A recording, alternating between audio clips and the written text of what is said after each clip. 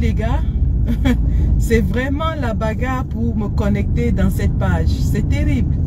Mais bon, partagez, je suis en route. Je voulais juste passer un tout petit message.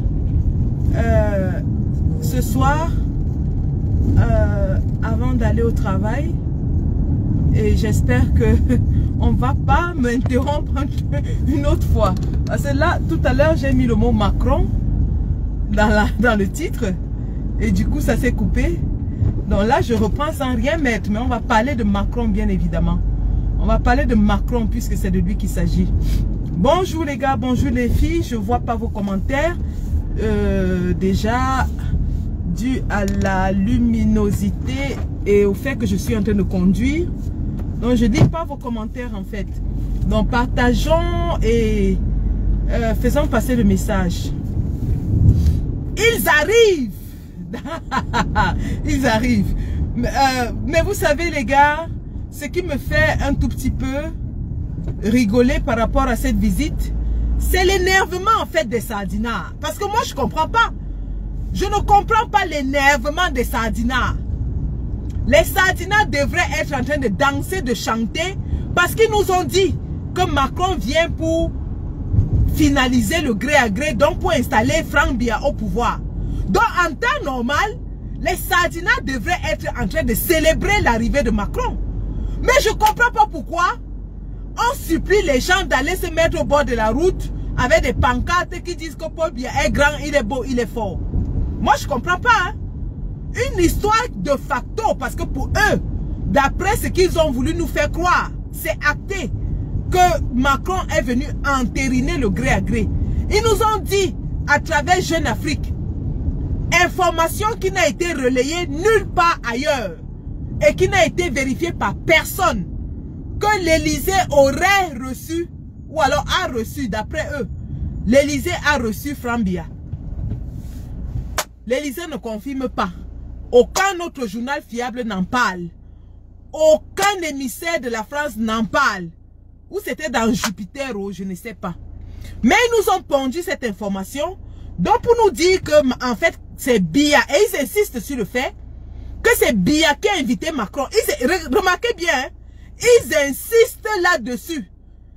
Pendant ce temps, les journaux français nous parlent d'une visite précipitée. Les journaux français nous parlent d'une visite qui a été arrangée par Macron. Mais Yaoundé nous dit que c'est eux qui ont invité Macron. Ils veulent nous faire croire que Macron vient entériner le gré à gré. Mais ils s'inquiètent encore que Macron, sous leur invitation, décide de rencontrer les membres de l'opposition. Ben, on sait déjà que cette rencontre n'aura pas lieu. Et c'est peut-être tant mieux. Mais ce que je voulais vous dire ce soir, les gars, c'est que les sardinards ne sont pas sereins. Les sardinards ne sont pas sereins. Parce que si Macron venait véritablement entériner le gré à gré et donc installer Franck Biya, les sardinards devaient nous le pomper matin, midi, soir, partout. Les sardinards devaient être en fête et en train de célébrer, en train de nous narguer. Mais ils ne sont pas sereins, les gars. Les sardinards ne sont pas en train de fêter. Au contraire, les sardinards sont maintenant en train de sortir la carte du panafricanisme comme par hasard. Ces sardinards qui, lorsque la France s'oppose à ce qu'on parle du problème du Cameroun au Conseil de sécurité, subitement ne sont pas panafricanistes. Hein. Quand la France ferme les yeux sur les crimes de Biya, ils ne sont pas panafricanistes. Quand la France réprime les opposants et les activistes à l'étranger, non, les sardinards ne sont pas panafricanistes. Mais dès qu'un activiste interpelle Macron et que Macron dit que c'est lui qui avait donné l'ordre à Biya de libérer les prisonniers politiques, bangalang, les sardinards deviennent des panafricanistes. Les sardinards commencent à parler d'ingérence dans les affaires du Cameroun. Les sardinards commencent à parler d'ingérence dans les affaires du Cameroun. Ingérence à géométrie variable. Mais les gars, au-delà de ça, parce que ça c'est juste, voilà, c'est une petite remarque comme ça en passant, hein, parce que j'ai vu certains sardinards se plaindre du fait que Achille Bembe est dans la délégation de Macron. Ils disent que Achille Bembe n'est pas différent de la base, que Achille Bembe insulte le Cameroun, Achille Bembe salit l'image du Cameroun. Les gars, je vais vous montrer le livre d'Achille Bembe que je suis en train de... Enfin, que je relis. Et que cela donne le macabre, le goitre au Sardina. Ils disent que, en fait, oh Macron, pourquoi Macron prend Achille Bembe et met dans ses valises? Il aurait mieux fait de prendre Sandy Boston une fois. Parce que ça, c'est une tentative de déstabilisation. Cher Sardina, Monsieur Achille Bembe va au Cameroun avec Macron dans l'optique de poursuivre les travaux qu'il avait commencé, notamment en ce qui concerne le génocide français au Cameroun. Et ça, c'est une question cruciale qui doit être discutée. Donc, voilà, s'ils ne le savaient pas, moi, je le leur dis. Et donc, je voulais ici vous parler, laissons les Sardinas et leurs supputations. Laissons-les. Ce sont des pleurnichards. Les Sardinas sont toujours en train de pleurer. Bon, est-ce qu'ils ont vu les leaders de l'opposition, et notamment le président Kamto pleurnicher? Le président Kamto ne pleurniche pas. Donc, je voulais vraiment, les gars, qu'on parle de ce Macron-là. Qu'on parle de ce Macron. Macron vient, on vous l'a dit, tout le monde vous le dit, il y a des multiples lives qui sont en train de se passer en ce moment.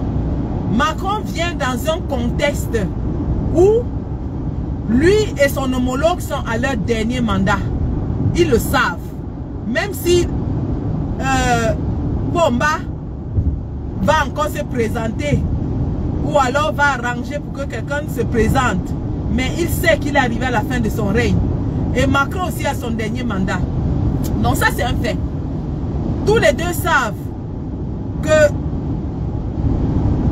l'avenir de leur pays se discutera dans quelques heures, quoi. Ils le savent. Mais plus pour Macron que pour Biya, parce que Macron est encore jeune, Macron a un avenir politique. Donc Macron ne vient pas seulement pour les intérêts français, il vient aussi pour ses propres intérêts. Macron sait qu'après ce mandat, il va poursuivre une carrière internationale. Il est jeune et il a besoin du pedigree, il a besoin du CV qui va lui permettre de poursuivre une carrière internationale à la hauteur de sa grandeur politique qu'il aura acquise. C'est de ça qu'il est question. Par contre, Paul Biya n'a plus d'avenir politique. Paul Biya n'en a plus. Donc là où il est là, il est prêt à brader tout. Il est prêt à tout vendre, à tout brûler, tout tuer, parce qu'il sait que lui-même il va mourir. Macron par contre a un avenir politique. Macron sait qu'après ce mandat, et comme beaucoup de chefs d'État, il va devoir servir à l'international. Et il sait donc que sur ce point de vue, non seulement il travaille pour les intérêts français, mais il travaille aussi pour que son mandat lui donne cette autorité et ce CV, ce pedigree pour pouvoir être un fonctionnaire de haut vol à l'international. Macron le sait. Il est encore jeune, il a un avenir à préparer. Donc, à cet effet, il est dans un jeu d'équilibre en fait. Il est dans un jeu d'équilibre parce que pour servir les intérêts de la France, il doit être cruel. Il doit être vraiment cruel. Ça veut dire que si Macron venait seulement pour la France, il allait dire, ok, il s'en fout des prisonniers politiques, il s'en fout du climat politique au Cameroun. Tout ce qu'il veut, c'est les contrats et tout ça. Mais il sait qu'il ne peut pas se permettre de le faire. Il sait ce que son prédécesseur vit aujourd'hui à cause de sa politique en Afrique.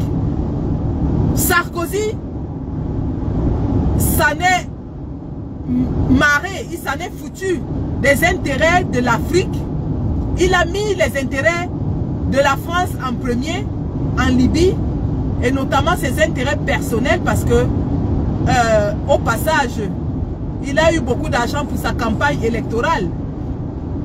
Mais ce que Sarkozy avait oublié, c'était qu'après son mandat présidentiel, il allait devoir répondre de ses actes.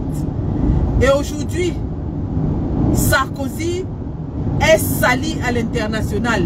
Sarkozy n'est plus crédible à l'international parce qu'il a joué au bandit, parce qu'il a été roublard, parce qu'il a détruit des vies. Vous vous rappelez qu'après la prise de la Libye, lorsqu'il fallait partager et redistribuer l'exploitation du pétrole libyen, la France s'était taillée la plus belle part, c'était taillée la part du lion dans le partage de l'exploitation des puits libyens.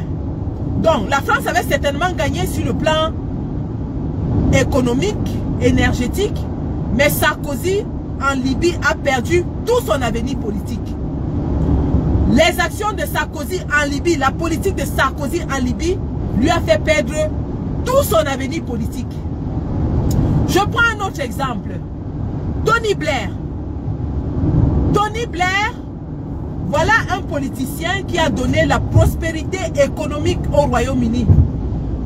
C'est le seul premier ministre sous lequel le Royaume-Uni a connu une croissance économique sans pareil. Oui, sous Tony Blair, le Royaume-Uni était l'un des pays, et d'ailleurs, c'est lui qui a mis le Royaume-Uni au top des tops. C'était le pays économiquement le plus stable et le plus riche. Pendant l'ère Tony Blair. Seulement, la politique de Tony Blair en Irak. Oui, Tony Blair a menti sur les armes de destruction massive. Tony Blair a manœuvré pour que la guerre se passe en Irak. La mauvaise politique de Tony Blair en Irak lui a valu son avenir politique et il n'a jamais été un grand fonctionnaire international à cause du dossier de l'Irak. Donc ces politiciens-là, en fait, lorsqu'on entre en politique, on entre pour deux choses. On entre pour servir son pays, mais on entre aussi pour se faire un avenir politique. Et ceux qui ont réussi à jongler les deux, parce qu'en général, pour servir les intérêts de son pays, il faut se salir les mains. Oui, il faut être cruel. Très peu ont réussi à jongler et à se retrouver vraiment cotés à l'international après leur mandat présidentiel. Je prends l'exemple de Bill Clinton. Bill Clinton a commis des scandales personnels. Mais aujourd'hui, Bill Clinton est l'un des anciens présidents des États-Unis les plus aimés. Que ce soit sur le plan national ou sur le plan international. Parce que sous Bill Clinton, l'Amérique n'a pas eu d'agression, n'a pas agressé un territoire étranger. L'Amérique n'est pas allée commettre des exactions à l'étranger. Au contraire, Bill Clinton a essayé de concilier la politique américaine. Et vous vous rappelez que Hillary d'ailleurs a beaucoup travaillé sur le continent africain pendant la période Bill Clinton. Donc, il y a de cela. Aujourd'hui, Emmanuel Macron vient au Cameroun et il sait à quel point cette visite est stratégique. Déjà, parce que la France est en train de perdre beaucoup en Afrique et qu'elle a besoin de préserver ses acquis pour se maintenir au rang des puissances mondiales. Il le sait. Et il sait aussi que le Cameroun est un pays très stratégique dans le maintien de l'hégémonie française. Parce que de par sa position géographique et de par son positionnement, le Cameroun a toujours permis à la France de pouvoir garder une certaine mainmise sur les autres pays de la sous-région. La France le sait. Cependant, la France sait aussi qu'autour du Cameroun, et d'ailleurs même le Cameroun a déjà commencé à faire des clins d'œil aux autres puissances mondiales. Et bien, étant très malin et très cynique, sait très bien que pour mettre la pression à Emmanuel Macron, il va se tourner vers d'autres puissances pour dire au petit Manu, oh Manu, petit, donc toi là en venant là, sache que je peux, si je peux ça. Cependant, Emmanuel Macron qui ici ne joue pas seulement sur les intérêts français, et on sait d'ailleurs, France 24 nous l'a dit, qu'en fait il s'agit beaucoup plus d'accords agricoles pour assurer l'approvisionnement en produits agricoles vu la crise alimentaire qui sévit en ce moment. Il s'agit aussi surtout de pouvoir consolider la base de la France sur le golfe de Guinée et contrôler ainsi les échanges maritimes qui se passent dans cette zone. Donc c'est très stratégique.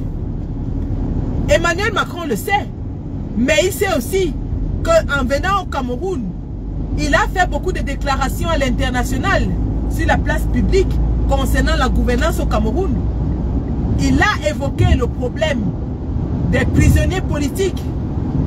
Il le sait. Il sait, il a dit d'ailleurs à Wilfried Ekanga et à Kalibri Kalibro, il sait qu'il y a la dictature au Cameroun. Il sait qu'il y a les prisonniers politiques au Cameroun. Il a demandé à M. Biya de libérer les prisonniers politiques. Donc lorsque Macron vient, il sait que s'il ne fait rien par rapport à cette situation, ça va le rattraper plus tard. Et ça risque d'effacer tout ce qu'il a fait comme travail.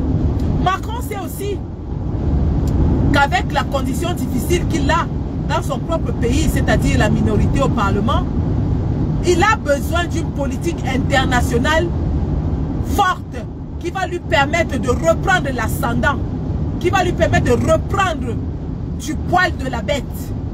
Donc Macron, lorsqu'il vient, il ne vient pas seulement, oui, parce que oui, on dit que non, il va servir les intérêts français, il va plaire au grand-père Sadina. Non, c'est faux. C'est plus complexe que cela.